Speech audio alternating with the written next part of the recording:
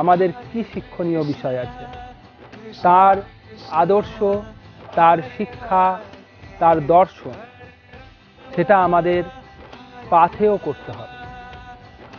ভগবান শ্রী চৈতন্য মহাপ্রভু নিত্যানন্দ মহাপ্রভুর উপরে গুরুদায়িত্ব দান করেছিলেন। উনি বলেছিলেন, একলা মালাকার আমি কাহা কাহা যাব, একলা বা কত ফল পারিয়া বিলাইব, একলা পারিয়া দিতে হয় মনে ভ্রম।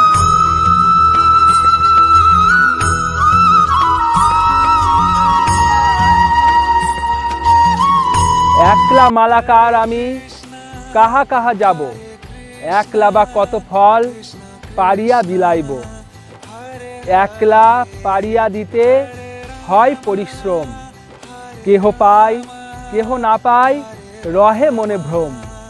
শুনো শুনো নিত্যানন্দ, শুনো হরিদাস, সর্বত্র আমার আজ্ঞা করহ প্রকাশ, প্রতি ঘরে ঘরে গিয়া মাগো এই ভিক্ষা, বল কৃষ্ণ লহ কৃষ্ণ কর কৃষ্ণ শিক্ষা। ভগবান শ্রী নিত্যানন্দ মহাপ্রভুর নেতৃত্বে হরিদাস ঠাকুর এই মহাপ্রভুর আজ্ঞা পালন করে প্রত্যেক ঘরে ঘরে এই হরিনাম বিলিয়েছেন, এই নাম প্রেম উনি দান করেছেন। নিত্যানন্দ মহাপ্রভু আচণ্ডালে প্রেম দান করেছেন। জগায় মাধায়ের মতো পাষণ্ডী যারা আছে, ভক্ত অভক্ত, পাপী তাপী কোনো ভেদভাব না করে সেই জগায় মাধায়কেও ভগবান শ্রী নিত্যানন্দ মহাপ্রভু কৃপা করেছেন। এমনকি এই হরিনাম প্রচার করার সময় জগায় মাধায় নিত্যানন্দ মহাপ্রভুকে আঘাত করেছেন। সেই আঘাতে আমরা জানি যে শাস্ত্রে বলা আছে, কখনো ভক্তদের ওপরে, বৈষ্ণবদের উপরে, মন্দিরের ওপরে, ভাগবত গীতা ইত্যাদি শাস্ত্রগ্রন্থের ওপরে, শ্রীবিগ্রহের ওপরে আঘাত এলে তার প্রতিবাদ করা উচিত।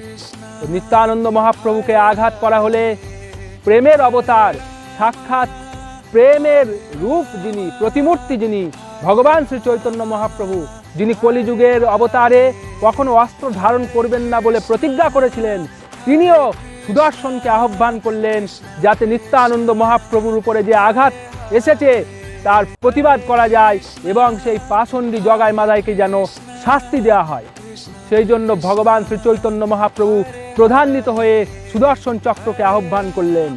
কিন্তু নিত্যানন্দ মহাপ্রভু সেই প্রেমের প্রতিমূর্তি প্রভু, তিনি চৈতন্য মহাপ্রভুকে বললেন যে তুমি ওদের ক্ষমা করো। এবং জগায় মাধায় তখন ভীত সন্ত্রস্ত ছিলেন, তাদেরকে উদ্দেশ্যে বললেন, একবার তোমরা হরিনাম করো, একবার কৃষ্ণ বলো, তাহলে আমি তোমাদের ক্ষমা করে দেব। তখন সেই সন্ত্রস্ত জগায় মাধায় তারা চোখ দিয়ে, তাদের ভেতর দিয়ে কান্না ঠেলে এলো এবং তারা ভগবান শ্রী নিত্যানন্দ মহাপ্রভুর প্রদর্শিত পথে হরিনাম করতে করতে তারা সাধু হয়ে গেলেন এবং তাদের মনের, তাদের হৃদয়ের পরিবর্তন হলো। তারা ভগবানের দিব্য নাম সংকীর্তনে সহযোগিতা করতে শুরু করে দিলেন। এই হচ্ছে নিত্যানন্দ মহাপ্রভুর কৃপা। উনি একজন খুব বড় মাপের সাংগঠনিক শক্তির উদাহরণ। নিত্যানন্দ মহাপ্রভু সমগ্র পৃথিবীতে প্রেমের বন্যা এনেছেন। সেই জন্য নিতাই গুণমণি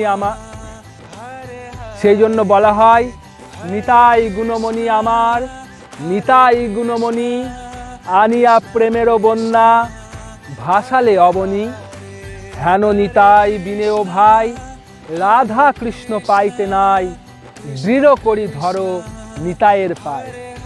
আজ নিত্যানন্দ মহাপ্রভুর শুভ আবির্ভাব তিথি। একাচক্র গ্রামে ভগবান শ্রী নিত্যানন্দ মহাপ্রভু, যিনি কিনা সাক্ষাৎ বলদেব, ব্রজেন্দ্র নন্দন যেই শচীসুত হইল সেই বলরাম হইল নিতাই। ভগবান বলদেবের অবতার নিত্যানন্দ মহাপ্রভু এই তিথিতে উনি আবির্ভূত হয়েছিলেন এবং সারা পৃথিবীতে আজকে যে আমরা সনাতন ধর্মের বিজয় পতাকা লক্ষ্য করতে পারছি, সারা পৃথিবীর মানুষ, হিন্দু মুসলমান কালো সাদা সমস্ত জাতি ধর্ম নির্বিশেষে যে হরিনামের প্লাবনে প্লাবিত হচ্ছে, তা কিন্তু নিত্যানন্দ মহাপ্রভুর করুণার প্রকাশ, নিত্যানন্দ মহাপ্রভুর কৃপার প্রকাশ। হরে কৃষ্ণ। সবাই ভালো থাকবেন। আসুন নিত্যানন্দ মহাপ্রভুর পদাঙ্ক অনুসরণ করে আমরা সকলে সমবেত হয়ে পরমেশ্বর ভগবান শ্রীকৃষ্ণের দিব্য নাম গুণগানে রত থাকি এবং সনাতন ধর্মের যে প্রেম তা আমরা প্রকাশিত করি। হরে কৃষ্ণ কৃষ্ণ কৃষ্ণ হরে হরে, হরে রাম রাম রাম হরে হরে। জয় নিতাই।